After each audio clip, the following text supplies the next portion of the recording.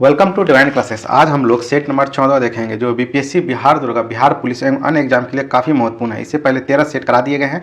अगर नहीं देखें तो उसका लिंक मैं डिस्क्रिप्शन बॉक्स में डाल दूंगा, वहाँ जाके जरूर देखें। अगर वीडियो पसंद आए तो अपने दोस्तों के साथ भी जरूर शेयर करें। तो चलिए फिर शुरू करते हैं हम लोग। पहला क्वेश्चन है, निम्नलिखित में से किसको साहित्य में 2021 का नोबेल पुरस्कार दिया गया? यह दिया गया था अब्दुल रजाक गुरनाह को। ऑप्शन ए हमारा सही आंसर है। यही याद रखिएगा 2022 का साहित्य का नोबेल पुरस्कार जो है एनी एरनॉक्स को दिया गया। और नोबेल पुरस्कार की शुरुआत जो है 1901 ईस्वी में हुआ था अल्फ्रेड नोबेल की याद में। और शुरुआत में 5 क्षेत्रों में नोबेल पुरस्कार दी जाती थी। भौतिकी क्षेत्र में, रसायन विज्ञान के क्षेत्र में, शारीरिक विज्ञान या चिकित्सा के क्षेत्र में, साहित्य और शांति के क्षेत्र में। लेकिन स्वीडिश केंद्रीय बैंक ने अल्फ्रेड नोबेल की स्मृति में ही अर्थशास्त्र में भी नोबेल पुरस्कार शुरू किया। यानी अभी टोटल कुल 6 क्षेत्रों में नोबेल पुरस्कार दिया जाता है, इसे ध्यान रखिएगा। और भारत का प्रथम व्यक्ति रविंद्रनाथ टैगोर था, जिससे गीतांजलि के लिए साहित्य का नोबेल पुरस्कार दिया गया 1913 ईस्वी में। नेक्स्ट है, प्रथम अफीम युद्ध का समापन करने वाली संधि थी, तो वह थी आपकी नॉनकिंग संधि। ऑप्शन ए हमारा सही आंसर है। याद रखिएगा प्रथम अफीम युद्ध जो है वो 1839 से 42 के बीच हुआ था। यह युद्ध जो है ब्रिटेन के द्वारा चीन पर किया गया एक आक्रमणकारी युद्ध था, जो कि नानकिन संधि के द्वारा समाप्त हुआ। इस संधि को दुनिया का अनइक्वल ट्रीटी के नाम से भी जाना जाता है। दूसरा अफीम युद्ध जो है 1856 से 60 के बीच हुआ था। और द्वितीय अफीम युद्ध जो है तियानजिन संधि के द्वारा समाप्त हुआ था। याद रखिएगा तियानजिन संधि। नेक्स्ट अरुणोदय योजना किस राज्य द्वारा प्रारंभ किया गया? यह योजना जो है असम के द्वारा प्रारंभ किया गया। ऑप्शन बी हमारा सही आंसर है। याद रखिएगा असम का पुराना नाम कामरूप है। डिगबोई और नहरकटिया तेल शोधक कारखाना असम में ही है। और माजुली द्वीप विश्व का सबसे बड़ा नदी द्वीप है असम में। और कामाख्या मंदिर जो है वो गुवाहाटी में है असम में। यहाँ पे ही अम्बुबाची का मेला लगता है। और पूरब से पश्चिम गलियारा सिलचर से पोरबंदर है। सिलचर असम में ही है। नेक्स्ट है, एशियाई खेलों में बैडमिंटन को पहली बार कब शामिल किया गया? तो याद रखिएगा इसे शामिल किया गया 1962 ईस्वी में। ऑप्शन बी हमारा सही आंसर है। और प्रथम एशियाई खेल का आयोजन जो है 1951 ईस्वी में दिल्ली में किया गया था, इसे भी ध्यान रखिएगा। चमकता हुआ सूर्य एशियाई खेल संघ का प्रतीक है। कुछ प्रमुख बैडमिंटन खिलाड़ी याद रखिएगा, साइना नेहवाल हो गया, प्रकाश पादुकोण हो गया, पीवी सिंधु हो गया, पुलेला गोपीचंद हो गया, ज्वाला गुट्टा हो गया, नंदू नाटेकर हो गया, अर्पणा पोपट, सैयद मोदी और अनुपम श्रीधर, चेतन आनंद, ये सब जो है बैडमिंटन खिलाड़ी है, इसे याद रखिएगा। नेक्स्ट है, एंकर शब्दावली का उपयोग होता है, तो इसका उपयोग जो होता है रिले रेस के लिए होता है। ऑप्शन बी हमारा सही आंसर है। रिले रेस खेल में 4 धावकों की एक टीम समान दूरी तय करती है। आमतौर पर 100 मीटर और 400 मीटर की दूरी तय की जाती है। याद रखिएगा मैराथन दौड़ की जो दूरी होती है वो 26.2 मील होती है और वहीं पे 42.195 किलोमीटर होता है, इसे भी याद रखिएगा। नेक्स्ट है, चेन मैंग किस स्पर्धा के चैंपियन खिलाड़ी है? तो चेन मैंग चीन की प्रसिद्ध टेबल टेनिस खिलाड़ी है। ऑप्शन सी हमारा सही आंसर है।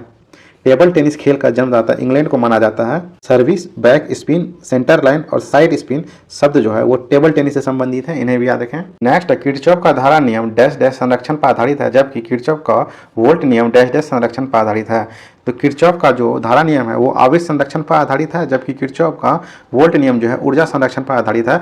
ऑप्शन सी हमारा सही आंसर है। याद रखिएगा किरचॉफ के प्रथम नियम के अनुसार किसी वैद्युत परिपथ में किसी संधि पर मिलने वाली सभी धाराओं का बीजगणितीय योग 0 होता है। और किरचॉफ के द्वितीय नियम के अनुसार बंद परिपथ या लूप में प्रतिरोधों के सिरों पर उत्पन्न विभवांतर का बीजगणितीय योग उस परिपथ में स्थित सेलों के विद्युत वाहक बलों के बीजगणितीय योग के बराबर होता है। दोनों को याद रखिएगा। नेक्स्ट, FIT मोबाइल एप्लीकेशन निम्न में से किस मंत्रालय द्वारा शुरू किया गया? ये शुरू किया गया खेल मंत्रालय के द्वारा। ऑप्शन ए हमारा सही आंसर है।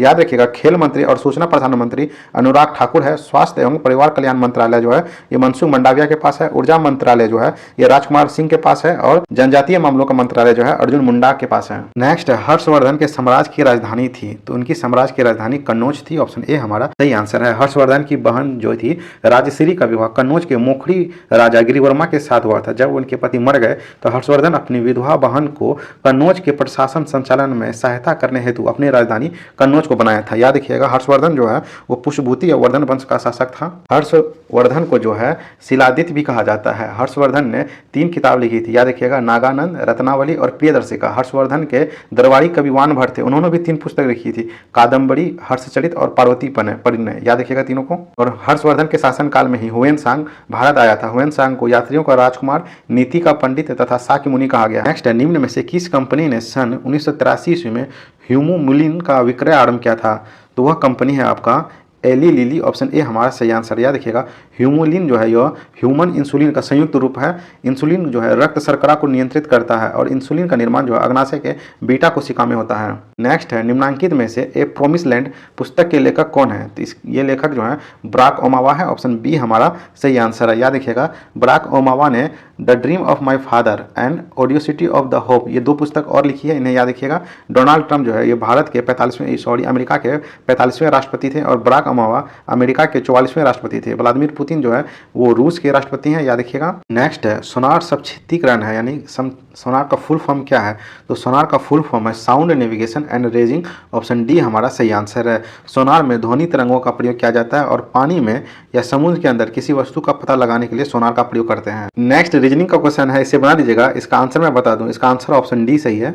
नेक्स्ट है निम्नलिखित में से पानी में कौन सी धातु मिनी मात्रा रोग का कारण बनाती है? तो वो है पारा, ऑप्शन सी हमारा सही आंसर, जिसे मरकरी कहते हैं। ये एक धातु है जो कमरे के ताप पर द्रव अवस्था में पाया जाता है। याद रखिएगा ये मिनी मात्रा रोग जो है जापान के मिनी मात्रा शहर में पहली बार देखा गया था, इसीलिए इसे मिनी मात्रा रोग नाम दिया गया। याद रखिएगा नाइट्रेट की अधिकता से ब्लू बेबी सिंड्रोम होती है, कैडमियम की अधिकता से जो है इटाई रोग होता है और आर्सेनिक की अधिकता से जो है ब्लैक फुट नामक बीमारी होती है और सीसा या लेड की अधिकता से एनीमिया, सिर दर्द, मांसपेशियों की कमजोरी तथा मसूरों में नीलापन आदि प्रभाव दिखाई पड़ता है। नेक्स्ट रीजनिंग का क्वेश्चन है, इसे बना लीजिएगा। इसका आंसर बता दूं, ऑप्शन सी सही है। नेक्स्ट है गंधार कला शैली समन्वय है, तो गंधार कला शैली जो है भारतीय और ग्रीक कला का समन्वय है, ऑप्शन डी हमारा सही आंसर है। गंधार कला का विकास कनिष्क के शासनकाल में हुआ था और मथुरा कला का विकास भी कनिष्क के शासनकाल में हुआ था, जो पूर्णतः भारतीय कला है। मथुरा कला के तहत भगवान बुद्ध का जो है प्रथम मूर्ति बनाई गई थी और गंधार कला के तहत निर्मित महात्मा बुद्ध की मूर्ति की तुलना यूनानी देवता अपोलो से किया गया है और सबसे अधिक बुद्ध भगवान की मूर्ति जो है वो गंधार कला में बनाई गई थी। याद रखिएगा कनिष्क जो है वो कुषाण वंश का शासक था। कुषाण वंश को यूची और तोखरी वंश भी कहते हैं। कुषाण वंश का संस्थापक कुजुल कटफिसेस था और कनिष्क को द्वितीय अशोक कहते हैं। कुषाण वंश के सबसे प्रतापी शासक कनिष्क था। इन्होंने 78 ईस्वी में अपना राज्याभिषेक कराया और इस अवसर पर शक संवत शुरू हुआ था। कनिष्क के दरबार में जो है वसुमित्र, अश्वघोष, नागार्जुन तथा चरक जैसे विद्वान रहते थे। नेक्स्ट भारत की प्रथम सौर संचालित टेक्सटाइल मिल कहाँ निर्मित की जाएगी? यह निर्मित कर जाएगी परपश्चिम महाराष्ट्र में, ऑप्शन ए हमारा सही आंसर है। देखिएगा मुंबई को जो है 7 टापुओं का शहर कहते हैं और 7 पर्वतों का शहर जो है रोम को कहते हैं। मुंबई एवं कुर्ला के बीच जो है पहली बार विद्युत ट्रेन चलाई गई थी जिसका नाम डक्कन क्वीन है और महाराष्ट्र के तारापुर में ही पहला परमाणु शक्ति गृह 1972 में यूएसए के सहयोग से स्थापित किया गया था और पहला ट्रेन जो है मुंबई में ही थाने से मुंबई के बीच चला था, जो 1853 ईस्वी में चला था। नेक्स्ट भारत में चाय उत्पादन में प्रथम स्थान किस राज्य का है? तो वह है असम का, ऑप्शन बी हमारा सही आंसर है। याद रखिएगा कि भारत में जो है सर्वप्रथम जीआई टैग जो है दार्जिलिंग की चाय को 2005 और 6 में दिया गया। भारत विश्व में चाय का सबसे बड़ा उपभोक्ता तथा चीन दूसरा और सबसे बड़ा उपभोक्ता है। याद रखिएगा भारत दुनिया में चाय का चौथा सबसे बड़ा निर्यातक देश है। नेक्स्ट क्वेश्चन चलिए देखते हैं। निम्न नाभिकीय क्षय में उत्सर्जित किरणों का क्रम है, तो ये बहुत ही ट्रिकी क्वेश्चन है और बहुत ही इजी क्वेश्चन है। अगर आप लोगों को पता हो तो ये बहुत इजी है। याद देखिए ए को जो है परमाणु द्रव्यमान से डिनोट करते हैं और जेड को परमाणु संख्या से डिनोट करते हैं। अब देखिए यहाँ पे मैं बताता हूँ कि जेड में क्या हुआ, परमाणु संख्या 1 बढ़ गया लेकिन द्रव्यमान संख्या कुछ नहीं हुआ। तो ये याद रखिएगा जब बीटा किरण उत्सर्जित होता है तो परमाणु संख्या 1 बढ़ जाता है लेकिन द्रव्यमान जो है अप्रभावित होता है। तो याद देखिए यहाँ पे बीटा जो है 2 ऑप्शन में है, बी और डी में। अब नेक्स्ट देखेंगे यहाँ पे देखिए ए जो यानी द्रव्यमान संख्या 4 घट गया और परमाणु संख्या 1 घट गया। ये जो है अल्फा किरण का जब उत्सर्जन होता है तो परमाणु संख्या 2 घट जाता है और द्रव्यमान संख्या 4 घट जाता है। तो यहाँ पे अल्फा किरण होगा, तो हमारा ऑप्शन डी होगा। और यहीं पे याद रखिएगा गामा किरण जब निकलती है तो वहाँ पे ना तो परमाणु संख्या और द्रव्यमान संख्या दोनों में कोई भी प्रभाव नहीं पड़ता है, इसलिए ये जैसा है वो वैसा ही रह जाएगा। आप बोलिएगा यहाँ पे ए था, यहाँ पे जब अल्फा किरण निकला तो द्रव्यमान में 4 घट गया और जब बीटा किरण निकलेगा तो द्रव्यमान 2 घटेगा। एक तो यहाँ पहले से +1 -2 करेंगे तो बराबर -1 ही निकलेगा, इसलिए यहाँ पे Z-1 लिखा गया है। नेक्स्ट अंतरजातीय विवाह को प्रोत्साहन करने के लिए उड़ीसा सरकार निम्न में से कौन सा वेब पोर्टल प्रारंभ किया है? तो वह है सुमंगल, ऑप्शन ए हमारा सही आंसर है। याद रखिएगा भितरकनिका और गहिरमाथा ये उड़ीसा में है जो कछुआ के लिए फेमस है। चांदीपुर जो है मिसाइल प्रशिक्षण केंद्र है। व्हीलर द्वीप जो है ये भी मिसाइल प्रशिक्षण केंद्र जिसका वर्तमान में नाम कलाम द्वीप कर दिया गया है। पाराद्वीप जो है वो बंदरगाह है और ये तेल शोधक कारखाना उड़ीसा में ही है। और उड़ीसा के पुरी में गोवर्धन पीठ है और जगन्नाथ मंदिर है। उड़ीसा में कटक है जहाँ चावल अनुसंधान केंद्र है और कटक में ही सुभाष चंद्र बोस का जन्म हुआ था। उड़ीसा के राउरकेला में इस्पात उद्योग है, याद रखिएगा, जो जर्मनी के सहयोग से बनाया गया था द्वितीय पंचवर्षीय योजना में। और उड़ीसा के भुवनेश्वर में लिंगराज मंदिर है, ये भी याद रखिएगा। नेक्स्ट है भारतवर्ष में जल प्रदूषण निरोध एवं नियंत्रण अधिनियम किस वर्ष में आधारित किया गया है? किस वर्ष में धारित किया गया है? ये धारित किया गया है 1974 में। ऑप्शन डी हमारा सही आंसर है। चलिए कुछ नीति अधिनियम देख लेते हैं। प्रथम राष्ट्रीय वन नीति 1894 में आया था। पर्यावरण संरक्षण अधिनियम 1986 में आया था। भारतीय वन अधिनियम 1927 ईस्वी में आया था और वन संरक्षण अधिनियम 1980 में आया था। वन जीव संरक्षण अधिनियम 1972 में आया था और जैव विविधता अधिनियम 2002 में आया था। ये वाला बहुत इंपॉर्टेंट है, याद रखिएगा इसको। जैव विविधता अधिनियम 2002 में आया था। नेक्स्ट, निम्नलिखित में से किसे साहित्य हिंदी में ज्ञानपीठ पुरस्कार से सम्मानित किया गया? जब ये प्रश्न पूछा गया था उस समय कृष्णा सोबती को यह पुरस्कार दिया गया था। ऑप्शन ए हमारा सही आंसर है। यहीं पे याद रखिएगा कि 2022 में जो है 57वां ज्ञानपीठ पुरस्कार जो है दामोदर मौजा को मिला और 56वां ज्ञानपीठ पुरस्कार 2021 में जो है वो मिला था नीलमणि फुकन को। ज्ञानपीठ पुरस्कार की शुरुआत जो है वो 1965 ईस्वी को हुई थी, इसे भी ध्यान रखिएगा। और अंग्रेजी के लिए पूरा पहला ज्ञानपीठ पुरस्कार जो है 2018 में अमिताभ घोष को मिला था। नेक्स्ट है 33वें 2024 में ओलंपिक खेलों की मेजबानी किस शहर द्वारा किया जाएगा? ये क्वेश्चन मैं आप लोगों को बहुत बार बता चुका हूँ। इसका आंसर आप लोग कमेंट बॉक्स में बताएं। इसका आंसर पेरिस फ्रांस होगा। ऑप्शन सी हमारा सही आंसर है। यहीं पे याद रखिएगा आप लोग 34वां जो है वो 2028 में होगा और ये जो होगा आपका। नेक्स्ट है भारत में संघीय न्यायालय की स्थापना अधिनियम रिपोर्ट द्वारा जारी की गई थी। यह जारी की गई थी भारत सरकार अधिनियम 1935 के तहत। ऑप्शन डी हमारा सही आंसर है। याद रखिएगा पंडित जवाहरलाल नेहरू ने इस अधिनियम को गुलामी का अधिकार पत्र कहा था। 1935 के अधिनियम के द्वारा केंद्र में द्वैध शासन को लागू किया गया था और प्रांतों में द्वैध शासन को समाप्त कर दिया गया था। भारतीय संविधान का सबसे बड़ा स्रोत जो है भारत सरकार अधिनियम 1935 है और भारत शासन अधिनियम 1909 को जो मार्ले मिंटो सुधार अधिनियम कहा गया था। इस अधिनियम के द्वारा सांप्रदायिकता के आधार पर मुसलमानों को चुनाव में वोट देने का अधिकार दिया गया था और 1919 के भारत शासन अधिनियम को मोंटेग्यू चम्सफोर्ड अधिनियम भी कहा जाता है। नेक्स्ट, कुतुब मीनार के प्रवेश द्वार को जाना जाता है तो यह जाना जाता है अलाई दरवाजा के नाम से। ऑप्शन सी हमारा सही आंसर है। अलाई दरवाजा को अलादीन खिलजी ने बनाया था। याद रखिएगा कुतुब मीनार का नींव जो है वो कुतुबुद्दीन ऐबक ने रखा था अपने गुरु कुतुबुद्दीन बख्तियार काकी के सामने। लेकिन कुतुब मीनार का निर्माण जो है इल्तुतमिश के द्वारा पूर्ण कराया गया था और बुलंद दरवाजा का निर्माण जो है अकबर के द्वारा कराया गया था गुजरात विजय के फलस्वरूप। कुतुब मीनार को 1993 ईस्वी में विश्व धरोहर सूची में शामिल किया गया है यूनेस्को के। अशोक चक्र शौर्य पुरस्कार वर्ष डैश में स्थापित किया गया था। यह स्थापित किया गया था 1952 में।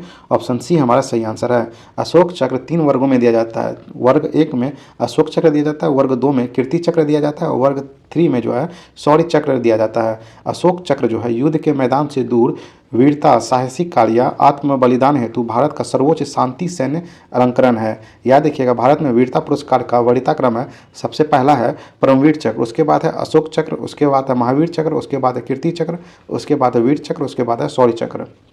नेक्स्ट है पुस्तक हैप्पीनेस ऑल अराउंड के लेखक कौन है? तो वे हैं अभिजीत गुप्ता। ऑप्शन बी हमारा सही आंसर है। अभिजीत गुप्ता का नाम यह पुस्तक लिखने के बाद सबसे कम उम्र की लेखिका के रूप में एशिया के बुक ऑफ रिकॉर्ड्स और इंटरनेशनल बुक ऑफ रिकॉर्ड्स में दर्ज हो चुका है।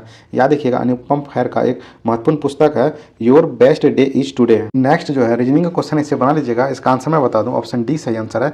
इसे बनाइएगा n/n-1/2 के फॉर्मूला पे। तो इसको सॉल्व करने पे बाद ना आपका 45 आंसर आ जाएगा। नेक्स्ट है सांची स्तूप मूल रूप से किस मौर्य शासक द्वारा बनाया गया? बहुत ही इजी क्वेश्चन है।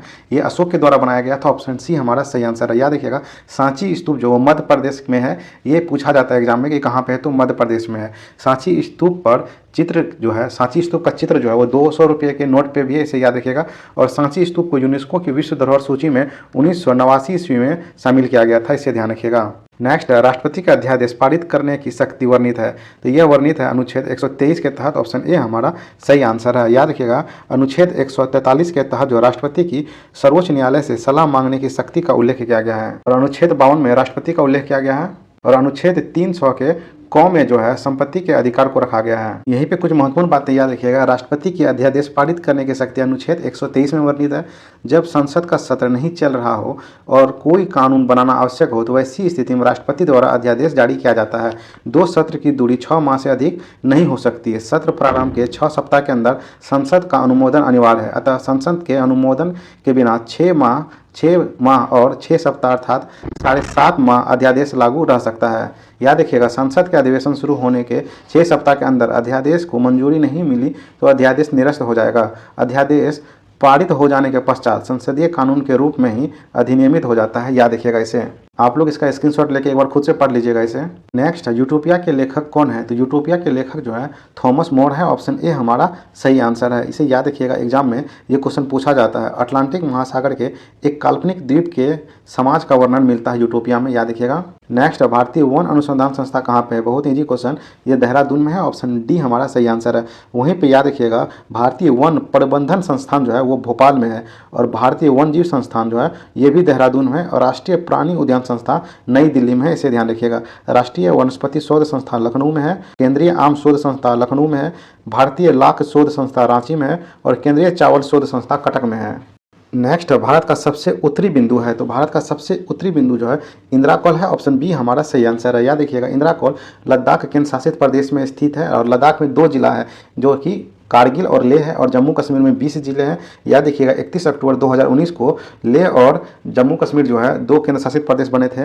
वहीं पे याद रखिएगा, भारत का दक्षिणतम बिंदु इंदिरा पॉइंट है जो ग्रेट निकोबार में स्थित है, और भारत का सबसे पूर्वी बिंदु जो है वो किबुथु है जो अरुणाचल प्रदेश में है, इसे भी याद रखिएगा। और भारत का सबसे पश्चिमी बिंदु गहीर माथा है जो कि गुजरात में स्थित है। नेक्स्ट है, निजी क्षेत्र में लघु व मध्यम उद्योगों के विकास के उद्देश्य से औद्योगिक ऋण व निवेश निगम का प्रायोजन करता था। तो यह था आपका विश्व बैंक का मिशन। ऑप्शन सी हमारा सही आंसर है। वर्ल्ड बैंक की स्थापना जो है और IMF की स्थापना 1944 में ब्रिटेन वुड सम्मेलन में हुआ था। दोनों का मुख्यालय जो है वाशिंगटन DC में है। याद रखिएगा, विश्व व्यापार संगठन का जो स्थान है, विश्व व्यापार संगठन जो है वो गेट की जगह पे हुआ था। इसकी स्थापना 1 जनवरी 1995 ईस्वी को, और विश्व व्यापार संगठन का मुख्यालय जेनेवा स्विट्जरलैंड में है। नेक्स्ट, इटली को जिस प्रक्रिया द्वारा बनाया जाता है वो है स्टीमिंग, मतलब भाप के द्वारा। ऑप्शन सी हमारा सही आंसर है। बहुत ही इजी क्वेश्चन है।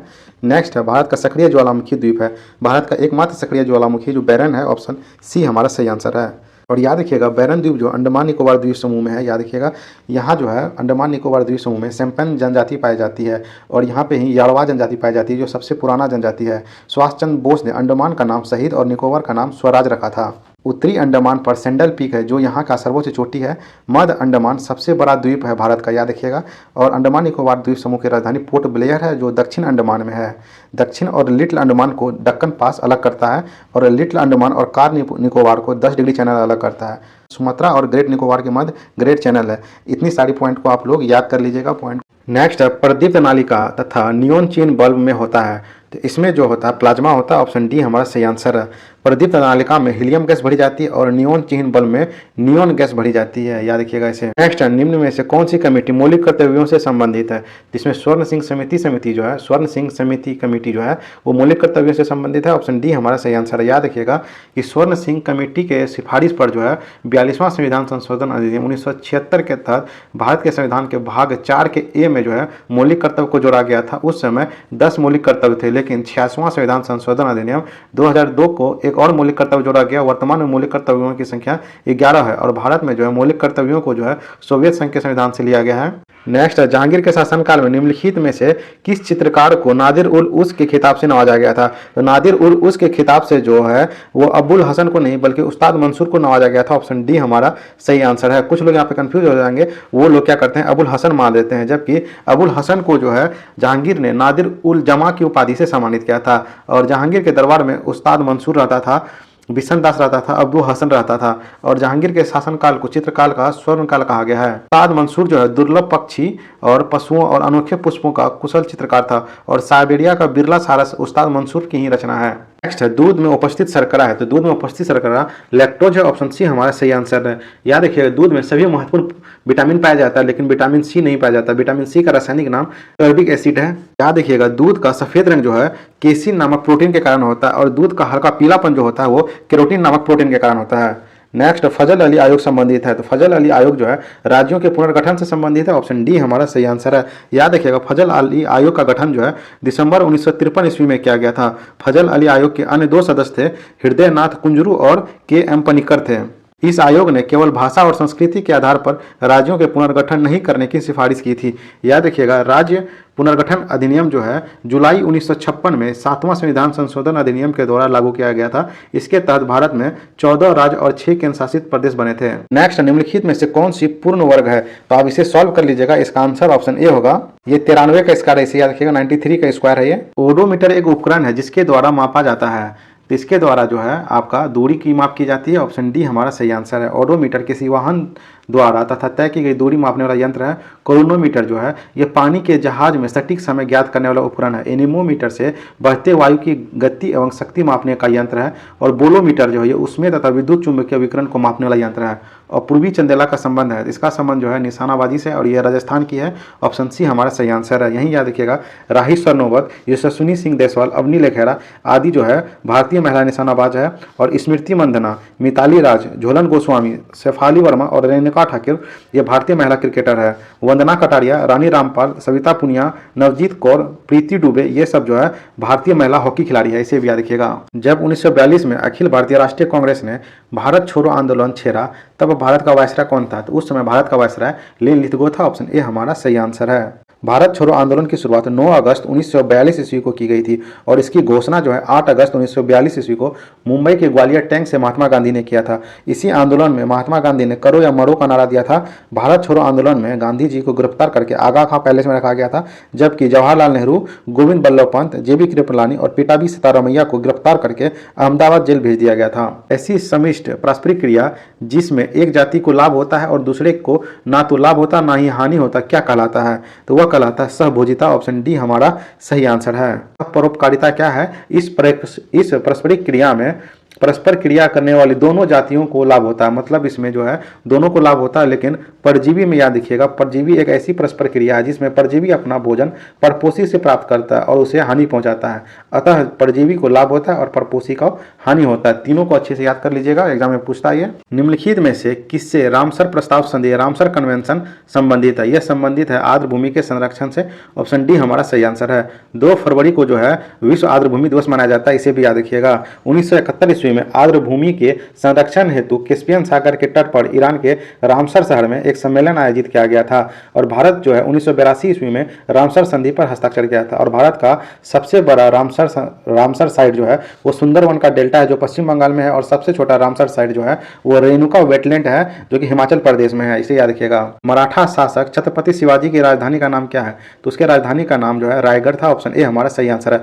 शिवाजी ने अपना राज्याभिषेक 1674 ईस्वी में अपनी राजधानी रायगढ़ के किले में कराया था, जिसका राज्याभिषेक जो है काशी के पंडित गंगा भट्ट ने किया था। और शिवाजी का जन्म 1627 ईस्वी में शिवनेरी दुर्ग में हुआ था। शिवाजी की माता का नाम जीजाबाई और पिता का नाम शाहजी भोसले हैं। और शिवाजी की मृत्यु जो है वो 1680 ईस्वी में हो गई थी, इसे भी याद रखिएगा। नेक्स्ट सेल बनाने में प्रयुक्त किए जाने वाला तत्व है वो है सिलिकॉन। ऑप्शन सी हमारा सही आंसर। बहुत ईजी क्वेश्चन है, याद रखिएगा। ऊपर पट्टी पे सबसे ज्यादा ऑक्सीजन पाया जाता है, उसके बाद सिलिकॉन, उसके बाद एल्युमिनियम। यानी कोई तत्व पूछ देगा तो ऑक्सीजन पाया जाएगा, लेकिन अगर कोई धातु पूछ देगा वो एल्युमिनियम पाया जाता है सबसे ज्यादा ऊपर पट्टी पर। सबसे तेज हिमीकरण विधि जिसमें तरल नाइट्रोजन या कार्बन डाइऑक्साइड का उपयोग किया जाता है वो क्या कहलाता है? वो कहलाता है ब्लास्ट फ्रीजिंग। ऑप्शन ए हमारा सही आंसर है। ब्लास्ट फ्रीजिंग का उपयोग जो है बेकरीज में किया जाता है और मीट पैकिंग में किया जाता है, समुद्री भोज में किया जाता है, डेयरी में किया जाता है और पेय पदार्थ यानी बेवरेज के रूप में किया जाता है।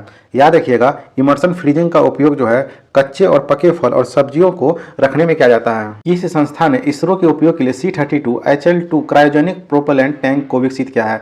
यह विकसित किया हिंदुस्तान एरोनॉटिक्स लिमिटेड ने। ऑप्शन सी हमारा सही आंसर है। इसकी स्थापना 1940 ईस्वी को हुआ था और इसका मुख्यालय जो है बेंगलुरु में है। भारत हैवी इलेक्ट्रिक लिमिटेड, इसको जो है भेल कहते हैं, इसका मुख्यालय नई दिल्ली में है और इसका स्थापना 1964 ईस्वी को हुआ था। और भारत इलेक्ट्रॉनिक लिमिटेड, इसका मुख्यालय जो है बेंगलुरु में है, इसे याद रखिएगा। और नासा हो गया, नासा का फुल फॉर्म आपका है, नासा का फुल फॉर्म है national aeronautics and space administration. Next, एक खास श्रृंखला में निम्नलिखित में से किसकी संख्या सर्वाधिक होती है? तो सर्वाधिक संख्या जो है अपघटक की होती है। ऑप्शन डी हमारा सही आंसर है। अपघटक में जीवाणु, कवक एवं विभिन्न सूक्ष्म जीव शामिल होते हैं। याद रखिएगा उत्पादक जो हरे पेड़ पौधे को उत्पादक वर्ग में रखा गया है और जो हरे पेड़ पौधे का सेवन करते हैं उसे प्रथम उपभोक्ता कहलाता है। नेक्स्ट, आज तक प्रदान किए गए परमवीर चक्र पुरस्कारों की कुल संख्या कितनी है? तो पुरस्कारों की कुल संख्या 21 है। ऑप्शन बी हमारा सही आंसर है। याद रखिएगा अब तक कुल 14 लोगों को मरणोपरांत यह पुरस्कार मिला गया है और परमवीर चक्र जो है भारत का सर्वोच्च सैन्य पुरस्कार है। नेक्स्ट, इनमें से एक आवश्यक एमिनो एसिड है तो वह है आपका ल्यूसीन। ऑप्शन बी हमारा सही आंसर है। नेक्स्ट, निम्नलिखित में से कौन सा भारत में जाति प्रथा का वर्णन नहीं है? चलिए देखते हैं। जाति जन्म से निर्धारित होती है, ये सही है। विवाह जो है वो समूह के सदस्यों में ही होती है, ये भी सही है। विवाह समूह के सदस्यों के बाहर ही हो सकता है, ये गलत है। यानी इसका आंसर हमारा ऑप्शन सी सही होगा। देखिएगा कि ऋग्वैदिक काल में वर्ण का निर्धारण यानी जाति का निर्धारण जो है वो कर्म के आधार पर होता था, लेकिन वहीं पे उत्तर वैदिक, याद रखिएगा ऋग्वैदिक काल में वर्ण का निर्धारण जो है वो कर्म के आधार पर होता था, लेकिन ऋग्वैदिक काल में जाति का निर्धारण जन्म के आधार पर होने लगा। के प्रति सबसे प्रचुर मात्रा में बनने वाला प्रतिरक्षा है तो वह है आपका ऑप्शन ए कोशिका द्रव, क्लोरोप्लास्ट और माइटोकॉन्ड्रिया का राइबोसोम क्रमशः होता है। तो कोशिका द्रव में 80S, क्लोरोप्लास्ट में 70S और माइटोकॉन्ड्रिया में भी 70S पाया जाता है। इसका आंसर हमारा ऑप्शन बी होगा। याद रखिएगा, राइबोसोम, माइटोकॉन्ड्रिया हरित लवक और केंद्रक में पाया जाता है। ये एग्जाम में पूछ देता है कि राइबोसोम कहाँ पाया जाता है, तो राइबोसोम जो है माइटोकॉन्ड्रिया, हरित लवक और केंद्रक में पाया जाता है। और 70S राइबोसोम के बारे में बता दें कि इसका आकार छोटा होता है। यह जो है माइटोकॉन्ड्रिया, क्लोरोप्लास्ट तथा बैक्टीरिया में पाया जाता है। और 80S राइबोसोम ये आकार में कुछ बड़ा होता है और यह उच्च विकसित पौधे और जंतु कोशिका में पाया जाता है। नेक्स्ट, भारत में फ्यूचर इंजीनियरिंग प्रोग्राम किसके द्वारा शुरू किया गया? यह शुरू किया गया अमेजन के द्वारा। ऑप्शन बी सही आंसर है। अमेजन जो है अमेरिका की कंपनी है। नेक्स्ट, 42वें संविधान संशोधन अधिनियम ने कुछ विषय राज्य सूची से समवर्ती सूची में डाले गए। इनमें से कौन सा निम्न नीचे गलत उल्लेखित है? चलिए देखते हैं हम लोग। ऑप्शन डी जो है हमारा गलत उल्लेखित है, वन और स्थानीय सरकार। याद रखिएगा, 42वें संविधान संशोधन अधिनियम के द्वारा कुल 5 विषय को राज्य सूची से समवर्ती सूची में डाला गया। वो 5 विषय कौन है? तो शिक्षा, वन, भार और माप, वन्य जीवों तथा पक्षियों की सुरक्षा तथा उच्च न्यायालय तथा उच्चतम न्यायालय को छोड़कर सभी न्यायालयों के न्याय प्रशासन एवं गठन। 2.5 दीदी क्लीनिंग योजना किस राज्य द्वारा प्रारंभ किया गया? यह प्रारंभ किया गया था छत्तीसगढ़ राज्य के द्वारा। ऑप्शन बी हमारा सही आंसर है। नेक्स्ट, मैथ का क्वेश्चन है, इसे बना लीजिएगा। इसका आंसर मैं बता दूं, ऑप्शन सी सही है। नेक्स्ट, सप्त क्रांति की अवधारणा को प्रतिपादित किया गया था, तो यह प्रतिपादित किया गया था राम मनोहर लोहिया के द्वारा। ऑप्शन ए हमारा सही आंसर है। राम मनोहर लोहिया भारतीय स्वतंत्रता संग्राम और भारत में समाजवादी आंदोलन के लिए एक महत्वपूर्ण नेता थे। नेक्स्ट है, ग्रीष्म ऋतु में होने वाली वर्षा को कहाँ पे आम्र वर्षा के नाम से जाना जाता है? तो यह जाना जाता है केरल में। ऑप्शन बी हमारा सही आंसर है। याद रखिएगा, ग्रीष्मकालीन वर्षा को कर्नाटक में चेरी ब्लोजम कहते हैं और पश्चिम बंगाल में नॉर्वेस्ट को स्थानीय भाषा में काल बैसाखी कहते हैं।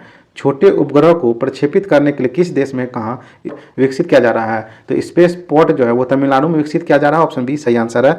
याद रखिएगा, भारत का पहला उपग्रह launch centre Satish Dhawan space centre है, जो कि श्रीहरिकोटा आंध्र प्रदेश में है। नेक्स्ट, गंगैकोंडा चोलपुरम का निर्माणकर्ता कौन था? तो वह था राजेंद्र प्रथम। ऑप्शन डी हमारा सही आंसर है। याद रखिएगा, राजेंद्र प्रथम जो है वो राज प्रथम का पुत्र था और राज प्रथम ने जो है श्रीलंका के विजित प्रदेशों को चोल साम्राज्य का एक नया प्रांत मुंडी चोलमंडलम बनाया था। और राज प्रथम जो है वो शैव धर्म का अनुयायी था। इन्होंने तंजौर में राजराजेश्वर का शिव मंदिर बनाया था। चोल साम्राज्य का सर्वाधिक विस्तार जो है वो राजेंद्र प्रथम के शासनकाल में ही हुआ था। याद रखिएगा, और बंगाल के शासक महिपाल को पराजित करने के बाद राजेंद्र प्रथम ने गंगैकोंडा चोल की उपाधि धारण की थी और नवीन राजधानी गंगैकोंडा चोलपुरम के निकट चोल गंगम नामक विशाल तालाब का निर्माण कराया था। याद रखिएगा, चोल वंश का संस्थापक जो है वो विजयालय था और इसकी राजधानी तंजौर या तंजावुर था। नेक्स्ट, मैथ का क्वेश्चन, इसे सॉल्व कर लीजिएगा। इसका आंसर ऑप्शन डी सही है। नेक्स्ट है, नाभिकीय रिएक्टर का वह अवयव अभिक्रिया को नियंत्रित करता है, वह है नियंत्रक छड़। ऑप्शन सी हमारा सही आंसर है।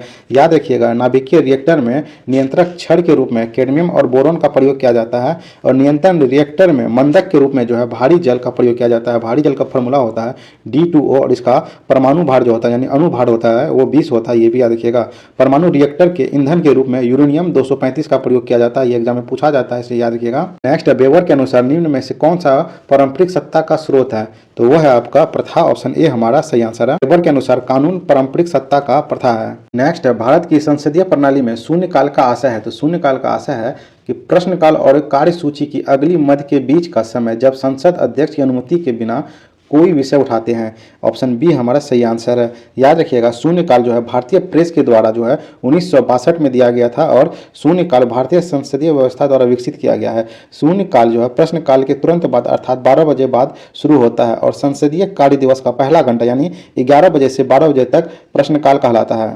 पूरा का अर्थ है यानी पूरा का फुल फॉर्म है प्रोविजन ऑफ अर्बन अमीरात इन रूरल एरिया।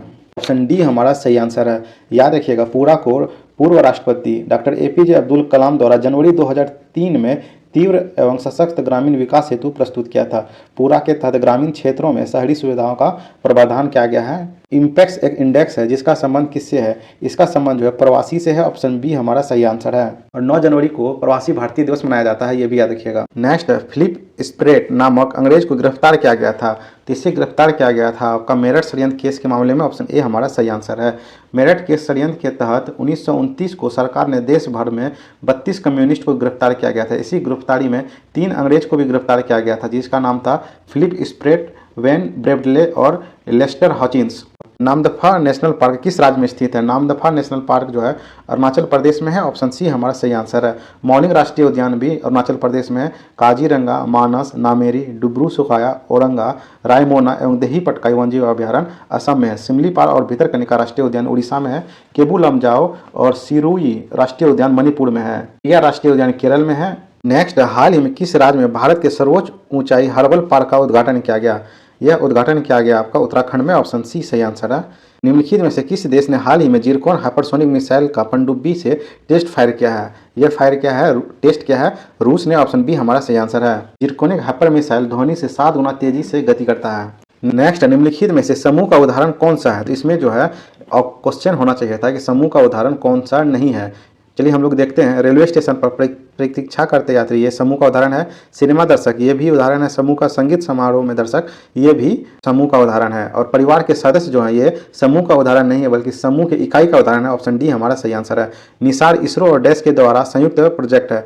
निसार जो है इसरो और नासा का संयुक्त प्रोजेक्ट है। ऑप्शन सी हमारा सही आंसर है। याद रखिएगा, इसरो की स्थापना 15 अगस्त 1969 को हुआ था और 1958 को डीआरडीओ की स्थापना हुई थी। नेक्स्ट, भारत आकार में है। तो भारत आकार में जो है विश्व का 7वां सबसे बड़ा देश है। ऑप्शन बी हमारा सही आंसर है। वहीं जनसंख्या में चीन के बाद इसका स्थान दूसरा है। याद रखिएगा, भारत की स्थिति जो है उत्तरी गोलार्ध एवं पूर्वी देशांतर में है और भारत की आकृति जो है चतुष्कोणीय है। याद रखिएगा, क्षेत्रफल की दृष्टि से विश्व में 7वां स्थान है और इसका सबसे पूर्वी बिंदु जो है वालांगू अरुणाचल प्रदेश में है। सबसे पश्चिमी बिंदु सरक्रिक गुजरात में है। सबसे उत्तरी बिंदु इंदिरा कॉल जम्मू कश्मीर में है और सबसे दक्षिणी बिंदु इंदिरा पॉइंट या पिगमेलियन पॉइंट निकोबार द्वीप समूह में है। नेक्स्ट है 7वीं पंचवर्षीय योजना के अंतर्गत अपनाई गई विकास व्यूह रचना है। तो वो है आपका ऑप्शन ए कृषिगत विकास उन्मुख समृद्धि। याद रखिएगा, 7वीं पंचवर्षीय योजना 1985 से 1990 के बीच हुआ था। जॉन डब्ल्यू मिलर मॉडल पर आधारित था। इसी पंचवर्षीय योजना में गरीबी रेखा को परिभाषित किया गया था और 7वीं पंचवर्षीय योजना में नारा दिया गया था भोजन, काम और उत्पाद का। और 7वीं पंचवर्षीय योजना में जवाहर रोजगार योजना चालू हुआ था और गरीबी की माप सर्वप्रथम 7वीं पंचवर्षीय योजना में लक्कड़वार समिति ने किया था और 7वीं पंचवर्षीय योजना में ही इंदिरा आवास की शुरुआत हुई थी। पंचवर्षीय योजना हेराल्ड डोमल मॉडल पर आधारित है। दूसरी पंचवर्षीय योजना महालनोबिस मॉडल पर और तीसरी पंचवर्षीय योजना सैंडी चक्रवर्ती और महालनोबिस मॉडल पर। चौथी पंचवर्षीय योजना आरडी गॉडगिल मॉडल ने तैयार किया था और 5वीं पंचवर्षीय योजना डीपी धर ने तैयार किया था और 6वीं पंचवर्षीय योजना जो है आयात निर्यात पर आधारित है। वहीं पे 8वीं पंचवर्षीय योजना को प्रणब मुखर्जी ने तैयार किया था। नेक्स्ट क्वेश्चन है, कौन सा मंत्रालय खेल पुरस्कार के सम्मान से जुड़ा हुआ है? तो वह जुड़ा हुआ आपका युवा मामले और खेल मंत्रालय। ऑप्शन बी हमारा सही आंसर है। याद रखिएगा, वर्तमान में खेल मंत्री जो है वो अनुराग सिंह ठाकुर है और गृह मंत्री और सहकारिता मंत्री अमित शाह है। किस देश के प्रधानमंत्री ने 15वीं बार पूर्वी एशियाई शिखर सम्मेलन की अध्यक्षता की है? यह अध्यक्षता की है वियतनाम के प्रधानमंत्री ने। ऑप्शन ए हमारा सही आंसर है। पूर्वी एशियाई शिखर सम्मेलन की स्थापना जो है वो 2005 में की गई थी, इसे ध्यान रखिएगा। नेक्स्ट, वर्ग संघर्ष की अवधारणा किसने दी थी? तो वर्ग संघर्ष की अवधारणा जो है कार्ल मार्क्स ने दी थी। ऑप्शन ए हमारा सही आंसर है। संघर्ष का अर्थ सिर्फ हथियार से लड़ी जाने वाली लड़ाई ही नहीं, इसका अर्थ असंतोष, रोष और आंशिक असहयोग भी है। याद रखिएगा, वैज्ञानिक समाजवाद का जनक भी कार्ल मार्क्स को ही माना जाता है। पेले किस खेल के संबंधित है? पेले जो है फुटबॉल से संबंधित खिलाड़ी है और ब्राजील का खिलाड़ी है। ऑप्शन बी हमारा सही आंसर है। नेक्स्ट, भारत का वाटरमैन किन्हें कहा जाता है? भारत का वाटरमैन जो है राजेंद्र सिंह को कहा जाता है। ऑप्शन बी हमारा सही आंसर है। राजेंद्र सिंह एक भारतीय जल संरक्षणवादी और पर्यावरणविद है। याद रखिएगा, सुंदरलाल बहुगुणा का संबंध जो है चिपको आंदोलन से है और रामदेव मिश्रा को भारतीय पारिस्थितिकी का जनक कहा जाता है और बाबा आमटे ने महाराष्ट्र के चंद्रपुर में कुष्ठ रोगी सेवा हेतु आनंद वन की स्थापना की थी। नेक्स्ट है, दुर्खिम के अनुसार आधुनिक समाज में डैश होती है। तो इसके अनुसार आधुनिक समाज में समवयी एकता है। ऑप्शन सी हमारा सही आंसर है। समवयी एकता तब उत्पन्न होती है जब प्रत्येक व्यक्ति के व्यक्तिगत का अस्तित्व अलग अलग मान्य हो जाता है। नेक्स्ट है, उत्पादन संभावना परिधि के अंदर स्थित बिंदु है। तो वो है आपका साध्य होता है पर कुशल नहीं। ऑप्शन ए हमारा सही आंसर है। नेक्स्ट, कर्क रेखा निम्नलिखित में से किन भारतीय राज्यों के समूह में से होकर गुजरती है? तो कर्क रेखा भारत के 8 राज्यों से होकर गुजरती है। गुजरात, राजस्थान, मध्य प्रदेश, छत्तीसगढ़, झारखंड, पश्चिम बंगाल, त्रिपुरा और मिजोरम। इसलिए आंसर इसका ऑप्शन बी सही होगा। क्या देखिएगा, 23.5 डिग्री उत्तरी अक्षांश को कर्क रेखा कहते हैं और 23.5 डिग्री दक्षिणी अक्षांश को मकर रेखा कहते हैं। कर्क और मकर रेखा के बीच जो है उष्णकटिबंधीय क्षेत्र कहलाता है। मैथ का क्वेश्चन इसे बना लीजिएगा, इसका आंसर मैं बता दूं, ऑप्शन बी सही है। नेक्स्ट है, कटी, जली और कच्ची सतहों पर कौन से सूक्ष्म जीव पनपते हैं? तो वह पनपते हैं स्टेफाइलोकोकाई। ऑप्शन डी हमारा सही आंसर है। नेक्स्ट है, केंद्रीय सतर्कता आयुक्त का मुख्य कार्य क्या है? इसका मुख्य कार्य है लोक सेवाओं के विरुद्ध मामले की जांच पड़ताल करना। ऑप्शन डी हमारा सही आंसर है। इसका गठन जो है के संथानम समिति के सिफारिश पर हुआ था। वर्तमान में इस आयोग के जो आयुक्त हैं वो सुरेश एन पटेल हैं। याद रखिएगा, केंद्रीय सतर्कता आयुक्त यानी सीवीसी का संवैधानिक दर्जा जो है 2003 में दिया गया। यह किसी मंत्रालय या विभाग के अधीन नहीं है, यह एक स्वतंत्र निकाय है। नेक्स्ट, अर्थशास्त्र को जिस अध्ययन के रूप में श्रेष्ठतया परिभाषित किया जाता है वह है, तो इसका आंसर ऑप्शन सी होगा, किस प्रकार समाज अपने सीमित साधनों की प्रबंधन करे। याद रखिएगा, अर्थशास्त्र का जनक एडम स्मिथ को कहते हैं और एडम स्मिथ ने अर्थशास्त्र को धन का विज्ञान कहा है। नेक्स्ट, जब आयोडीन घोल के कुछ बूंद को चावल के पानी में मिलाया जाता है तो घोल नीला काला हो जाता है। यह इंगित करता है कि चावल के पानी में शामिल है, क्या शामिल है, तो स्टार्च या मंड शामिल है। ऑप्शन सी सही आंसर है। नेक्स्ट है, तेल की पतली फिल्म से परावर्तित श्वेत प्रकाश में रंग दिखाई देने का कारण है, तो वो है आपका व्यक्तिकरण। ऑप्शन बी हमारा सही आंसर है। चलिए देखते हैं व्यक्तिकरण किसे कहते हैं। जब समान आवृत्ति की दो प्रकाश तरंगें जो मूलतः एक ही प्रकाश स्रोत से आ रही है एक साथ चलती है तो माध्यम के कुछ बिंदुओं पर प्रकाश की तीव्रता अधिकतम तथा कुछ बिंदुओं पर न्यूनतम होती है। प्रकाश तरंगों की इस घटना को व्यक्तिकरण कहते हैं और व्यक्तिकरण के बारे में सर्वप्रथम यंग ने बताया था। नेक्स्ट, कौन सा क्षेत्र स्वयं पोर्टल से संबंधित है, तो वह शिक्षा है। शिक्षा क्षेत्र सोम पोर्टल से संबंधित है। ऑप्शन ए हमारा सही आंसर है। आमने सामने की अंतःक्रिया के संदर्भ में मानव व्यवहार के अध्ययन करें डैश कहलाते हैं, यह कहलाते हैं सूक्ष्म समाजशास्त्र। ऑप्शन बी हमारा सही आंसर है। बड़े समूहों संगठनों तथा सामाजिक व्यवस्थापों का अध्ययन जो है समष्टि समाजशास्त्र कहलाता है। इस दिन को विश्व कैंसर दिवस के रूप में मनाया जाता है। बहुत ही इजी और इम्पोर्टेंट क्वेश्चन है। 4 फरवरी को विश्व कैंसर दिवस के रूप में मनाया जाता है। याद रखिएगा, 4 जनवरी को लुईस ब्रेल दिवस मनाया जाता है। 4 दिसंबर को जो है भारतीय नौसेना दिवस मनाते हैं और 4 मार्च को जो है राष्ट्रीय सुरक्षा दिवस मनाया जाता है। नेक्स्ट है, पुरुषों के चक्का डिस्क होगा, यहाँ पे इसकिस लिखा है, यहाँ डिस्क का वजन होता है, तो पुरुषों के चक्का डिस्क का वजन जो है 2 केजी का होता है। ऑप्शन बी हमारा सही आंसर है। वहीं महिलाओं के चक्का डिस्क का वजन जो है वो 1 केजी होता है, इसे भी याद रखिएगा आप लोग। नेक्स्ट है, 2001 जनगणना के अनुसार भारत की जनसंख्या कितनी थी, तो भारत की जनसंख्या जो है 1029 मिलियन थी। ऑप्शन डी हमारा सही आंसर है। यही याद रखिएगा, 2011 के जनगणना के अनुसार भारत की जनसंख्या जो है वो लगभग 121 करोड़ हो गई है। याद रखिएगा, जनगणना की शुरुआत भारत में 1872 ईस्वी में लॉर्ड मेयो के काल में हुई, लेकिन नियमित जनगणना की शुरुआत 1881 ईस्वी में लॉर्ड रिपन के शासनकाल में हुआ था और भारत में प्रथम बार जातीय आधारित जनगणना जो है 1931 ईस्वी में हुआ था, इसे भी याद रखिएगा। नेक्स्ट है, क्वेड में कौन से 4 देश समाविष्ट हैं, तो इसमें जो है आपके यूएसए, जापान, भारत और ऑस्ट्रेलिया समाविष्ट है। ऑप्शन डी हमारा सही आंसर है। क्वेड जो है इसका उद्देश्य भारत प्रशांत क्षेत्र में लोकतांत्रिक देशों के हितों की रक्षा करना और वैश्विक चुनौती का समाधान करना। क्वेड की अवधारणा 2007 में जापान के तत्कालिक प्रधानमंत्री शिंजो अबे द्वारा लाया गया था और जापान के वर्तमान में प्रधानमंत्री फूमियो किशिडो है, याद रखिएगा। आगे बढ़ने से पहले आपको बता दें कि हमारे चैनल पर 50 क्वेश्चन का जीएस का महत्वपूर्ण डिस्कशन कराया जाता है और फुल डिटेल में बताया जाता है। अगर आप किसी भी एग्जाम का तैयारी करते हैं तो इस वीडियो को जरूर देखें, आपका जीएस के बहुत ज़्यादा इंप्रूवमेंट हो जाएगा। एक बार जरूर विजिट करें, इसका लिंक मैं डिस्क्रिप्शन बॉक्स में डाल दूंगा। तो चलिए फिर आगे देखते हैं हम लोग। नेक्स्ट क्वेश्चन है, भारत के किस राज्य में कटी बिहू महोत्सव आयोजित किया जाता है। बहुत ही इजी क्वेश्चन है। यह जो है असम में आयोजित किया जाता है। ऑप्शन बी हमारा सही आंसर है। इस महोत्सव में तुलसी के पौधे की पूजा की जाती है। यहीं याद रखिएगा, चापचारकुट जो है वो मिजोरम में मनाया जाता है और चेराव जो है ये भी मिजोरम की पारंपरिक नृत्य है, ये भी याद रखिएगा। तो इस प्रकार हमारा आज का वीडियो समाप्त होता है। उम्मीद करता हूँ आपको वीडियो पसंद आई है तो अपने दोस्तों के साथ जरूर शेयर करें। मिलते हैं नेक्स्ट वीडियो में, तब तक के लिए जय हिंद।